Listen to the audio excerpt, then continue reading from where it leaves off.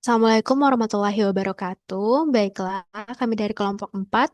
Kami akan memaparkan hasil diskusi kami tentang peran ASN dalam digitalisasi pelayanan publik di Kementerian PU. Tapi sebelum itu, izinkan saya memperkenalkan beberapa anggota kelompok kami dulu. Yang pertama ada Andika Kristanto Panjaitan, kemudian ada Andreas Hatigoran, ada Andreas Fernando Tambunan, Angela Marta, Angga Atana Tarigan, Anggita Widianingrum, dan terakhir Anissa Permatasari. Boleh dibantu next slide?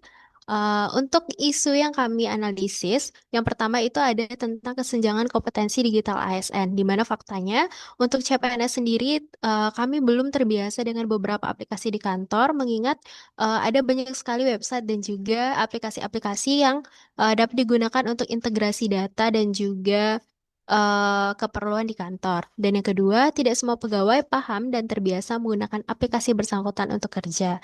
Dan untuk datanya sendiri, aplikasi tertentu ini hanya dikuasai oleh orang-orang tertentu, belum semua pegawai. Dan yang berikutnya adalah belum adanya arahan maupun sosialisasi secara keseluruhan mengenai aplikasi-aplikasi yang tersedia dan yang digunakan. Dan dari fakta dan data ini dapat menimbulkan beberapa dampak. Yang pertama adalah untuk ASN sendiri, ASN yang menguasai aplikasi tertentu akan terbebani dengan banyaknya tugas pada bidang itu saja, dan yang kedua akan terjadi kesenjangan pekerjaan antara ASN yang satu dan juga yang lainnya. Untuk isu yang kedua berikutnya akan disampaikan oleh rekan saya. Boleh dilanjutkan?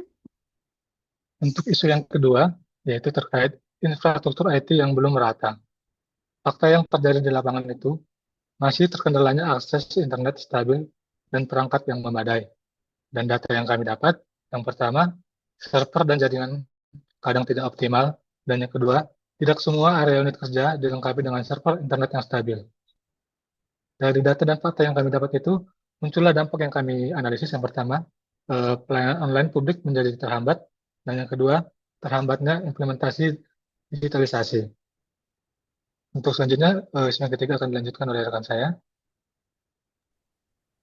Baik, jadi untuk isu yang ketiga yaitu resistensi terhadap perubahan. Data yang kami dapatkan di lapangan disebutkan bahwa platform berbagi informasi internal masih belum tersedia atau tidak dimanfaatkan secara optimal oleh pegawai. Yang kedua yaitu terkait pelatihan digital yang jarang diikuti secara aktif atau bahkan hanya dianggap sebagai formalitas saja oleh pegawai. Faktanya, sebagian ASN masih nyaman menggunakan proses manual dan kurang termotivasi untuk beralih ke sistem digital yang sudah disediakan oleh kementerian. Fakta lainnya yaitu munculnya kekhawatiran kehilangan peran akibat otomatisasi membuat adopsi digital berjalan lambat yang dilakukan oleh pegawai. Dampak yang dirasakan yaitu layanan publik menjadi lambat dan tidak efisien. Selanjutnya, terhambatnya integrasi data dan koordinasi yang terjadi di area kantor, sehingga menurunnya inovasi dan daya saing institusi. Pemaparan selanjutnya akan dilanjutkan oleh rekan saya. Nah, dari ketiga isu tersebut kita mau mencari satu yang merupakan core isu. Jadi di sini kita menggunakan teknik tapisan isu dengan metode USG, urgency, seriousness, dan growth. Nah, didapat bahwa isu nomor satu yaitu kesenjangan kompetensi digital ASN inilah yang merupakan core isunya. Selanjutnya dilanjut teman saya. Nah, untuk mengetahui penyebabnya, kami menggunakan fishbone diagram. Yang pertama, kita ketahui penyebab isunya adalah dari metode seperti SOP yang masih berbasis dokumen fisik, proses digitalisasi yang tidak diintegrasikan dengan pekerjaan harian. Selanjutnya itu ada material seperti kurangnya modul atau materi pelatihan. Selanjutnya ada kayak man and mind power, seperti pegawai yang belum terbiasa atau kurangnya motivasi untuk belajar teknologi. Selanjutnya itu ada juga measurement. Measurement ini juga tidak ada evaluasi terkait kompetensi atau tidak adanya penilaian kerja. Selanjutnya ada penyebab seperti mesin, perangkatnya yang tidak kompeten, perangkat yang perangkat lama, akses internetnya tidak ada, terbatas. Dan yang terakhir ada mother nature, yaitu gaya kerja dan kebijakan digitalisasi yang belum konsisten. Itu menyebabkan kesenjangan kompetensi digitalisasi. Selanjutnya bisa dijelaskan oleh rekan saya. Baik, dari dari isu tadi sudah kita bedah ya. Lalu kita dari kelompok kami itu em, mengumpulkan ada 3 poin, yaitu untuk alternatif penyelesaian dengan tapisan MC Namara. Yang pertama, e-learning mandiri, yaitu dengan adanya platform pembelajaran online dengan materi digitalisasi yang dapat diakses kapan saja. Ini juga se- dengan untuk menariknya itu dengan cara memberi insentif atau poin penghargaan bagi ASN yang menyelesaikan modul.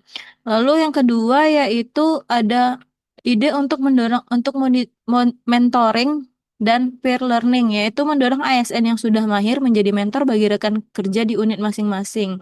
Dilakukannya bisa dengan cara pengadaan sesi berbagi pengetahuan atau sharing session secara rutin. Lalu yang ketiga yaitu untuk rotasi tugas berbasis proyek digital.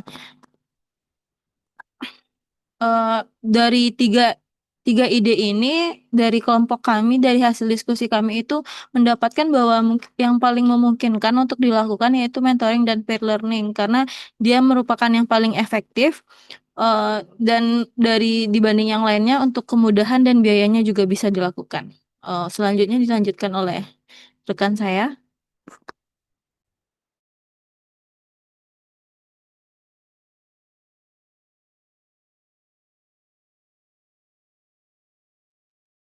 Jadi, berdasarkan hasil analisis isu krusial yang terdapat di unit kerja, kesenjangan kompetensi ASN dalam penerapan Smart ASN menjadi sebuah isu yang harus segera diatasi, menggunakan pendekatan mentoring dan peer learning yang terstruktur, berjenjang, dan rutin. ASN dapat meningkatkan kompetensi digital secara bertahap sesuai kebutuhan pekerjaan, sehingga implementasi layanan berbasis teknologi di Kementerian PU berjalan optimal, efisien, dan merata di seluruh unit kerja. Demikian presentasi kami dari kelompok 4. Terima kasih.